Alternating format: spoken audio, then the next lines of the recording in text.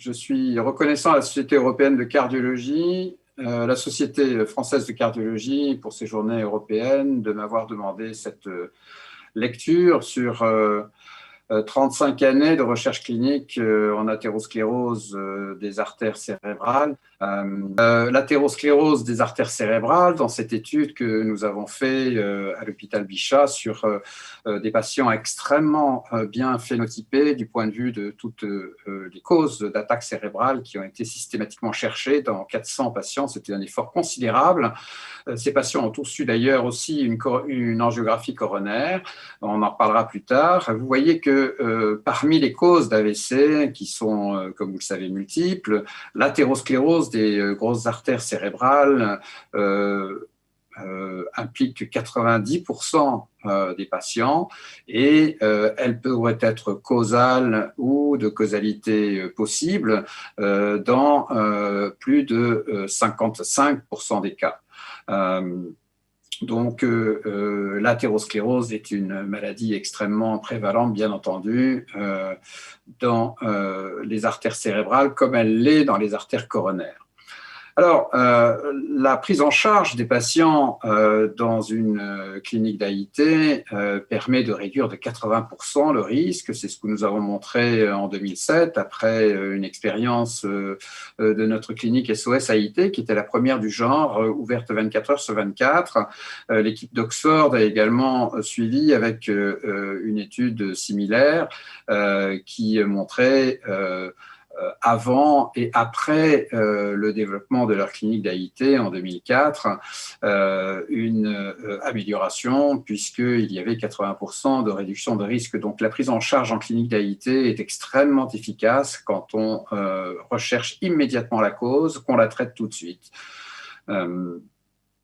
Alors, l'athérosclérose des artères cérébrales touche non seulement les artères carotines, tout le monde le sait, mais aussi les artères cérébrales intracrâniennes, la crosse de l'aorte.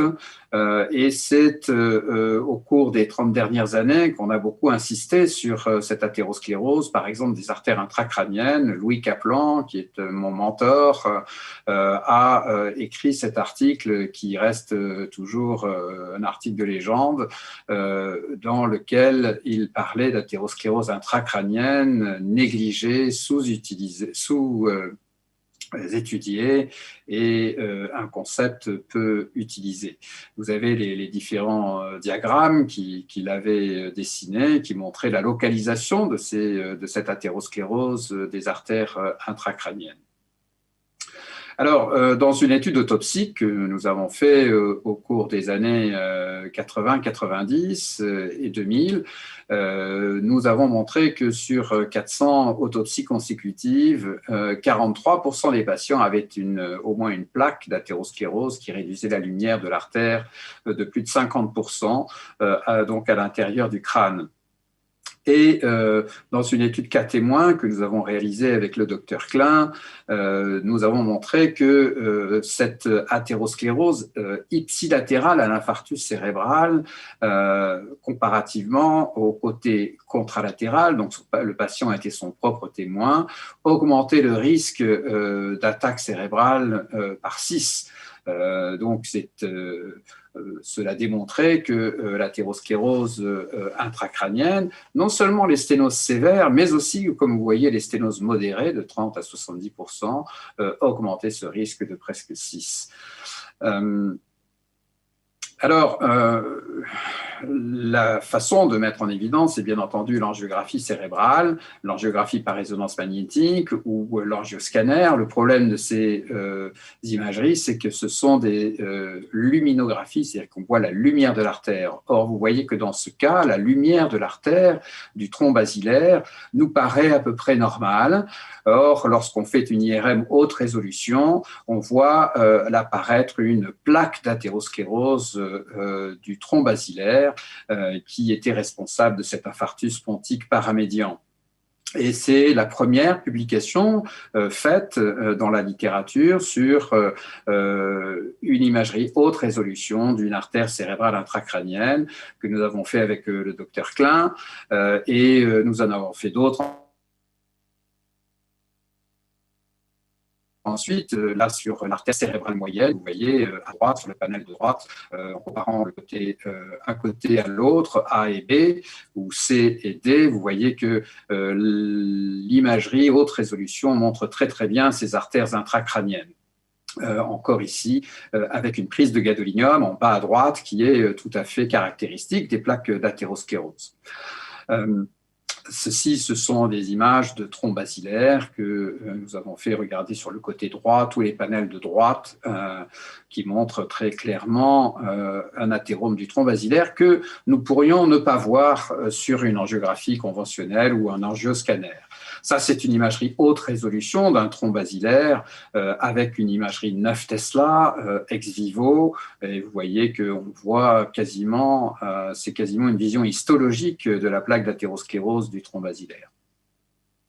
Alors, la fréquence de l'athérosclérose des artères intracrâniennes comparativement aux artères extracrâniennes, vous voyez sur le panel de haut, plus les artères extracrâniennes, c'est-à-dire les carotides, sont sténosées, plus il y a de plaques d'athérosclérose ou de sténose intracrânienne des artères. On peut faire la même corrélation avec les sténoses coronaires. Je vous ai dit que tous ces patients dans cette étude avaient à mi-stade avaient une coronarographie. Vous voyez que plus la sténose coronaire est importante, plus il y a de sténose intracrânienne. Une excellente corrélation entre sténose intracrânienne et sténose coronaire. Là, vous voyez le risque des patients qui ont une sténose intracrânienne en fonction de la présence ou non d'une sténose donc intracrânienne, et maintenant en fonction de la présence ou non d'une sténose extracrânienne. Ça, sur la courbe de haut, vous avez les patients qui ont une sténose intracrânienne et extracrânienne en même temps, et sur la courbe de bas, les patients qui ont une sténose intracrânienne sans sténose extracrânienne. Voilà, ce sont des patients qui sont quand même à risque, ceux qui n'ont pas de sténose extracrânienne, puisque leur risque à 4 ans est quand même de 8%, tandis que les autres, ceux qui ont des sténoses en tandem, finalement, ont un risque qui est aux alentours de 25% à 4 ans. Alors, longtemps négligé, ça a été aussi l'athérosclérose de la crosse de l'aorte, qui a été un de mes premiers travaux. Vous voyez dans cette série autopsique, toujours la même, la prévalence de l'athérosclérose de la crosse de l'aorte était beaucoup plus importante chez les patients qui avaient une maladie, qui avaient un infarctus cérébral comparativement à ceux qui n'en avaient pas. Et nous avons, avec le professeur Cohen, fait cette étude FAPS sur le panel en bas à gauche qui montrait que plus l'épaisseur de l'athérosclérose de la crosse de l'aorte était importante, plus le risque d'infarctus cérébral était important, et nous avions un cutoff qui était à plus de 4 mm pour parler de plaques d'athérosclérose sévère, significative de la crosse de l'aorte.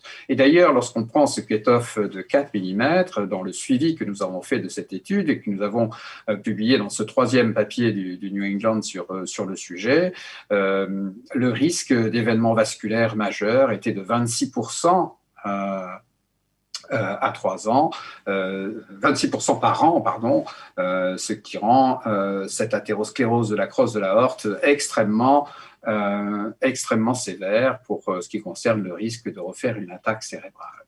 Alors, nous avons fait un essai thérapeutique qui n'a pas été très conclusif et qui a comparé warfarine avec un INR de 3 versus clopidogrel plus aspirine. Vous voyez qu'il n'y avait pas de différence. En fait, nous n'avons pas vraiment eu la puissance dans cette étude, et nous n'avions pas suffisamment de fonds également pour avoir un 3e bras qui normalement s'imposait, qui était le bras aspirine seul. C'est bien dommage. C'est une étude qui ne pourra pas être refaite malheureusement. Alors, nous savons que le risque après une attaque cérébrale, le risque de mortalité est important par AVC dans les premiers mois, mais qu'au cours du suivi sur 5 ans, vous voyez dans l'étude NOMAS, l'étude dans le nord de New York, de Manhattan, le risque de mort par AVC était 2 fois moins important que le risque de mort par infarctus du myocarde. En fait, c'est l'adage classique que les patients font un AVC et meurent plus tard du cœur. Alors, nous avons étudié cela. D'abord, je rappelle que le registre REACH a montré qu'il y avait un overlap entre les différentes territoires vasculaires, périphériques, coronaires et cérébrovasculaires, ici dans le panel en blanc, un overlap qui est très important. Et nous avons étudié l'overlap entre la maladie coronaire et la maladie cérébrovasculaire chez les patients qui ont eu une attaque cérébrale. Alors, nous avons commencé par toujours la même l'étude autopsique. Sur donc 800 autopsies, vous voyez en jaune la présence de plaques coronaires, en orange la présence de sténose coronaire significative de plus de 50%, et en orange foncé, la présence d'infarctus du myocarde. Et vous voyez que quel que soit le sous-type d'AVC, il y a une prévalence de la maladie coronaire qui est très importante, puisque les sténoses significatives étaient présentes dans 40% des cas avec un infarctus cérébral. Maintenant, lorsqu'on corrélait à la présence de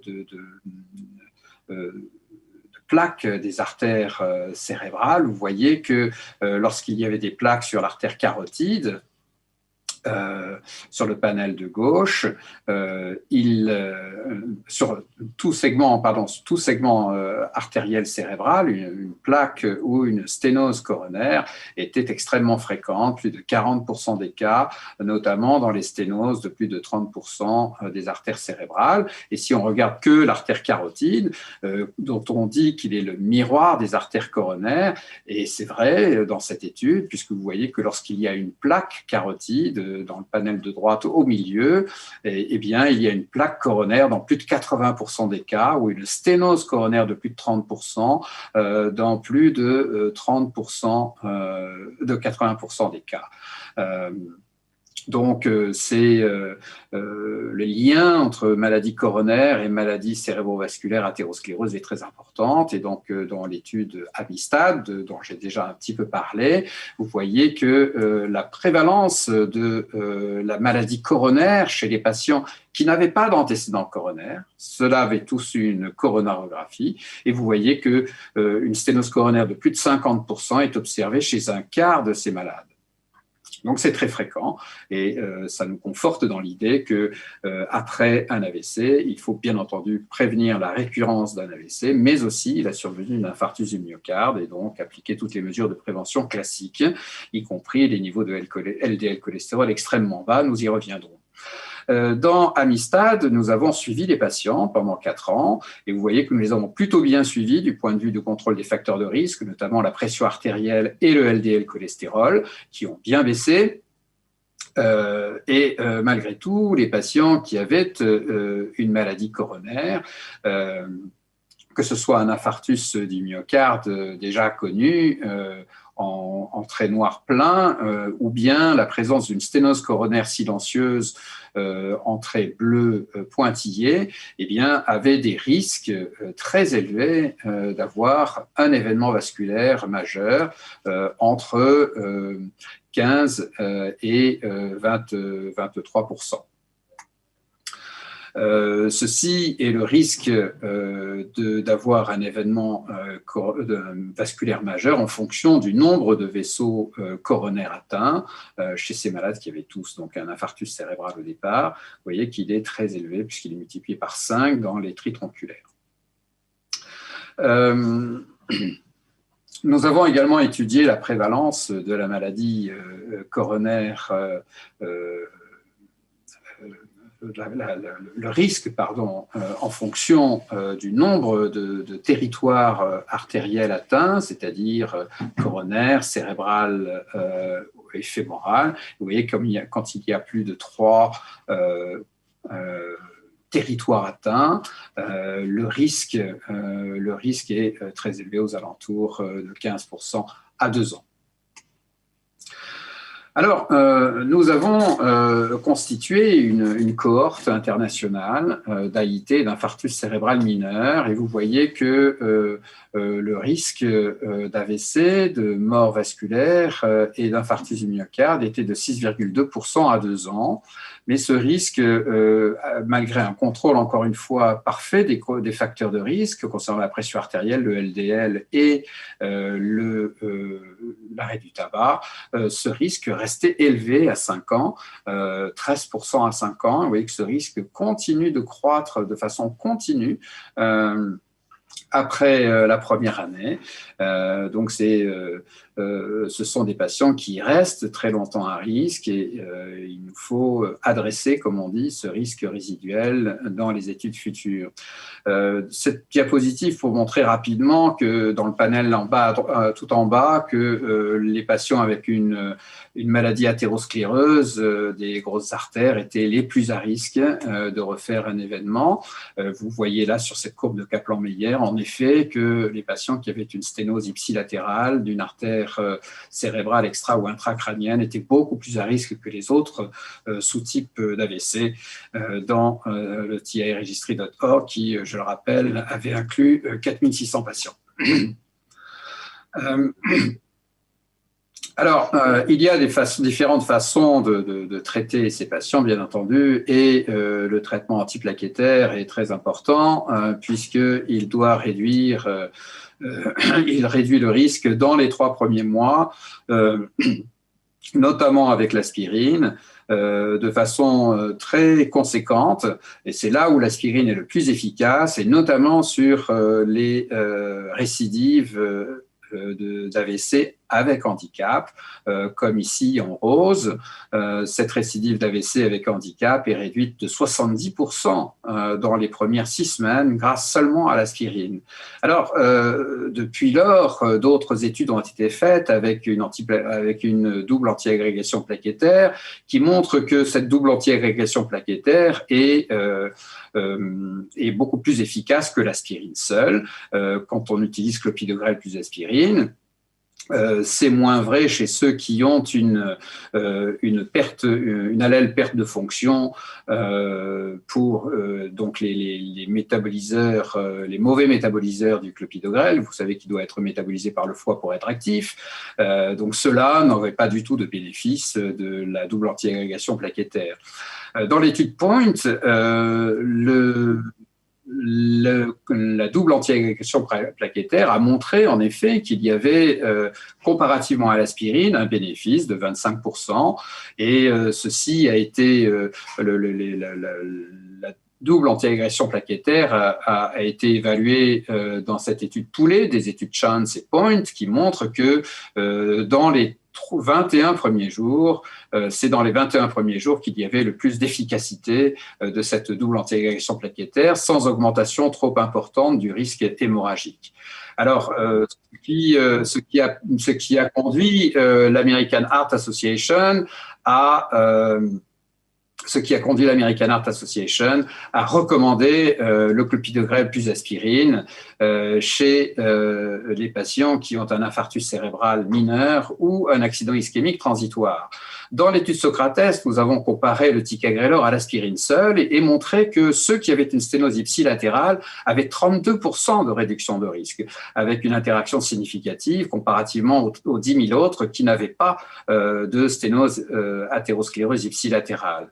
Et dans l'étude Thalès, où nous avons directement comparé ticagrelor plus aspirine versus aspirine, nous avons montré qu'il y avait 17% de réduction de risque, avec une augmentation modérée du risque d'événements vasculaires et avec une réduction aussi des infarctus cérébraux avec handicap ou mort, qui était tout à fait significative, ce qui était la première fois qu'on montrait avec une double antiagrégation plaquettaire une diminution du handicap. Voilà. Voici d'ailleurs la diapositive qui montre cette diminution du handicap avec ici le score de Rankine sous ticagrelor comparativement au placebo. Vous voyez qu'il y avait une réduction du handicap d'environ 23% chez les patients qui étaient sous ticagrelor aspirine comparativement à l'aspirine seule. Donc, c'était un résultat remarquable et qui a conduit la FDA à donner l'approbation du ticagrelor aspirine dans les 30 premiers jours après un AVC ou un mineur ou un accident ischémique transitoire. Alors, vous voyez ici que lorsqu'il y a une sténose athéroscléreuse, c'est encore beaucoup plus remarquable puisque le nombre de patients à traiter n'est que de 34 avec une réduction de risque de 27% sous ticagrelor aspirine. Voici le courbe de Kaplan-Meier avec un nombre de patients à traiter pour donner un événement hémorragique majeur qui est aux alentours de 951, donc qui a comparé au nombre de patients à traiter de 34. Donc, comment faire pour aller au-delà du traitement antiplaquettaire? Eh bien, le traitement par statine. Et ceci est l'étude Sparkle que nous avons publiée en 2006, qui est la seule étude dédiée à l'AVC versus placebo. Vous voyez sur le panel en haut à gauche qu'il y a une réduction significative du risque de récidive d'AVC, mais lorsqu'on prend les patients avec athérosclérose cérébrale, vous voyez que la réduction de risque est de 33% et la réduction de risque de tout événement vasculaire majeur est de 42%, donc un résultat remarquable. Ce résultat était d'autant plus remarquable lorsque les patients atteignaient une baisse du LDL cholestérol de plus de 50% par rapport à baseline, avec une réduction des infarctus cérébraux de 33%, sans augmentation du risque d'hémorragie cérébrale. Lorsque les patients atteignaient un LDL cholestérol en dessous de 0,7 g par litre, eh bien, il y avait une réduction de 28% du risque. Et c'est un résultat que nous avons voulu vérifier dans une étude à ce moment-là dédiée, puisque l'analyse que je viens de vous montrer était post-hoc. Dans cette étude dédiée, TST, qui a inclus plus de 2800 patients avec un infarctus cérébral lié à l'athérosclérose, vous voyez que nous avons atteint un LDL cholestérol dans le premier bras d'environ 1 g par litre, comparativement à 0,65 g par litre dans l'autre bras. L'idée de départ, c'était de montrer qu'on pouvait, en abaissant le LDL en dessous de 0,7 g par litre, quel que soit le régime, statine ou ézetimibe, on pouvait réduire le risque de façon supplémentaire, ce que nous avons montré, malgré, encore une fois, un contrôle optimal des facteurs de risque, que ce soit la pression artérielle, le tabac ou le diabète. Eh bien, lorsqu'on contrôlait le LDL cholestérol en dessous de 0,7 g par litre, comparativement à 1 g par litre, on avait 22% de réduction de risque supplémentaire de récidive d'AVC. Un nombre de patients à traiter qui était également très faible. Chez ceux qui étaient suivis pendant 5 ans, c'est-à-dire un suivi comparable à celui de Sparkle, la réduction de risque était de 26%. Avec un nombre de patients à traiter de 30.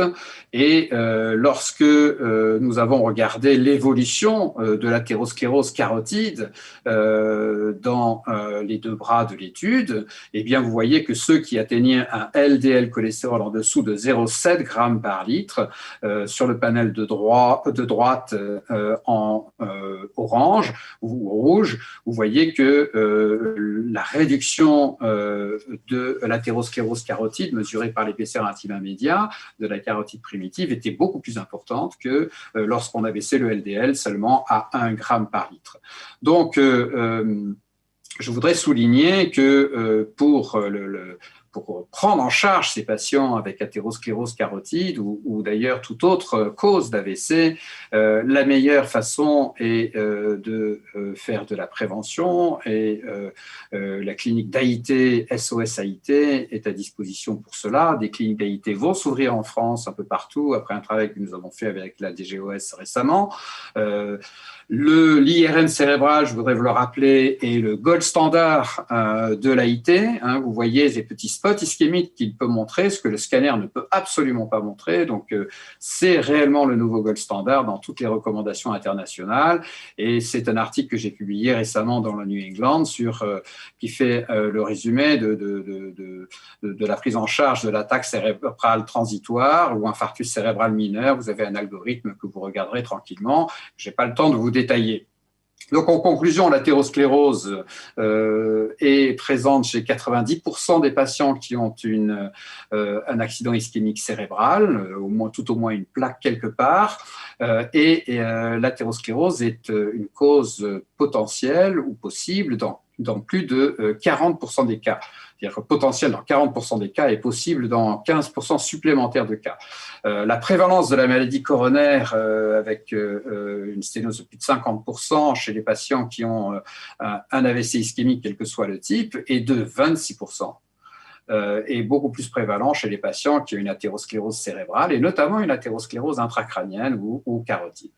Les patients qui ont une athérosclérose d'une artère cérébrale ont le plus haut risque de récidive comparativement aux autres sous-types d'AVC. L'AIT et son management dans une clinique d'AIT est la meilleure opportunité pour prévenir un nouvel AVC ou un AVC avec handicap, cette fois-ci plus un AIT, et cela réduit le risque de récidive de 80%. C'est un résultat remarquable, donc il faut développer les cliniques d'AIT.